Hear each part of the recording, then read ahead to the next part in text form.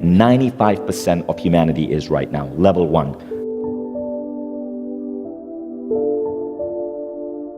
Now, there are a couple of unique things about level 1. Level 1 is all made up. We made up, our forefathers made it up, and they trained us to take on these constructs. If you ardently believe in your religion, you're at level 1. If you believe in 9 to 5, you believe in corporations, you believe in mindfulness, you're level 1. There's no good or bad or judgment in level 1. The important thing is we are living in a world of mental constructs. But there are a couple of problems in level 1. You see, in level 1, we tend to be at what some people call the victim stage. The victim stage means we live in this world of constructs, but we have forgotten that we can mend, we can fix, we can mold this world. And so rather than go out there and try to change this world, we react like a victim. He said that and it hurt me. My government is keeping me down. The world is like this. And most people live like that. They feel helpless in the face of this giant 7 billion human being planet that we live on, with so much happening all the time. But at a certain point, you start waking up. And when you start waking up, that's when you start getting to level 2. I call level 2 the state of the culture hacker. Because here's what happens at level 2. At level 2, you start questioning culture. Now, what is culture?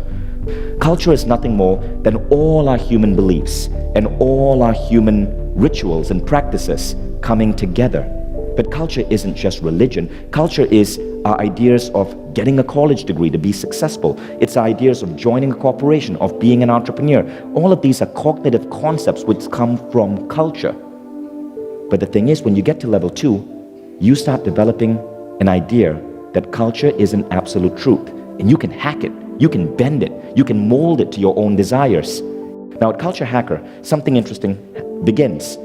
The world of questioning. We start questioning. Most people don't question because, when a kid grows up and they start asking their parents, why, most parents will simply say, because I told you so. So we tend to kill that ability to question at an early age. But most of you are here because you question. If you're watching this as a video on YouTube, you're curious, you're beginning to question. Congratulations, you are already most likely at level 2. So level 2 is the level of questioning. But something else happens at level 2. At level 2, not only are you questioning culture, but you begin to see that the world around you is bendable. You don't like the 9 to 5? Great. You become an entrepreneur. Or you start a company with flexi time. You don't like the idea of college degree? No problem. You drop out and start your own thing. You begin to question the conventions of culture. And this is where an important insight enters your head. Life can happen to you, or life can happen from you. When you grasp the idea that life is within your control, that you have the ability to bend reality, you're at level 2. You can create life through the process of questioning, of hacking beliefs, and filling your mind with empowering beliefs, not necessarily the beliefs from your parents, your school, your education, your religion, or your culture.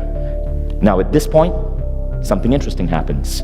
The idea that your thoughts can create your reality. This is not just a mystical statement based on mumbo jumbo or the law of attraction. If you believe in that, that's great, that's a good belief.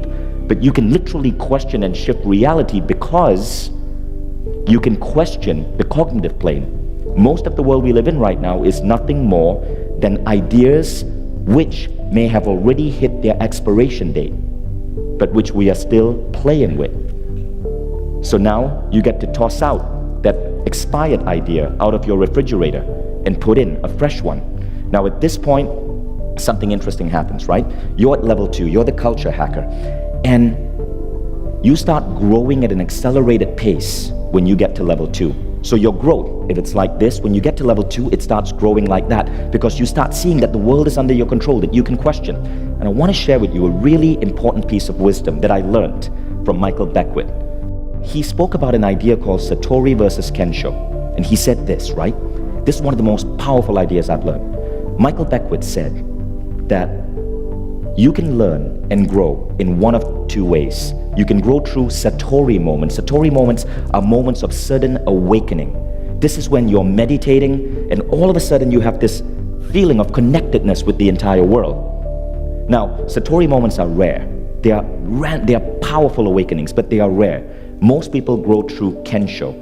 Kensho is growth through pain. So someone breaks your heart and it's painful, but you learn to be more resilient. You learn self-love. You learn how to have a healthier relationship. You end up hospitalized, but you grow through kensho and you learn to take better care of your body.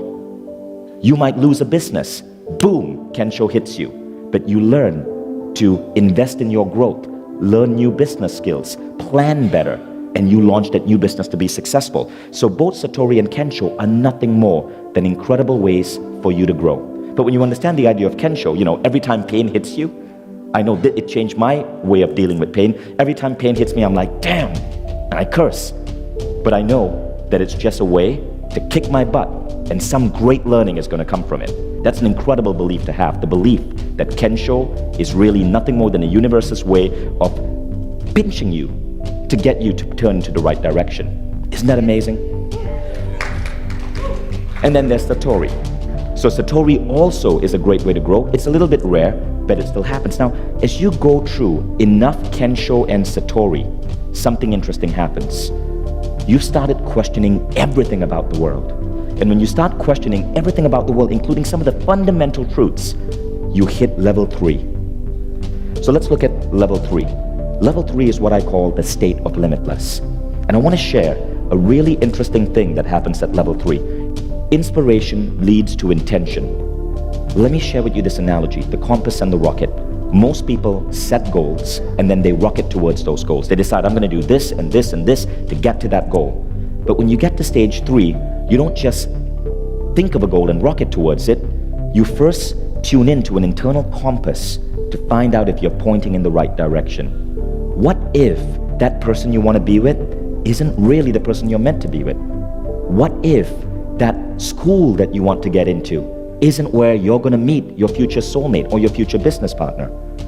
When you get to level 3, intuition or inspiration guides your intention. And that was one of the most powerful new beliefs that I developed in the last couple of years. Now, when I started doing that, things changed. So when that inspiration comes, no matter what people say, no matter how crazy it is, you want to listen to it. And if you're at level 3, know that you want to start moving towards it. Now, when you do this, your life starts changing. This is when you truly start living a mission-oriented life. And yes, happiness is amazing, but you can get happiness from smoking a joint. The real goal in life, I believe, is fulfillment. Nothing makes you as happy when you're living a mission-oriented life. And that mission is designed to push the human race forward. One of my most favorite quotes is, business people do it for the dollars, but real entrepreneurs, they do it to push humanity forward. But you get there when you're listening to that inspiration, the universe picks you, and you're ready to move.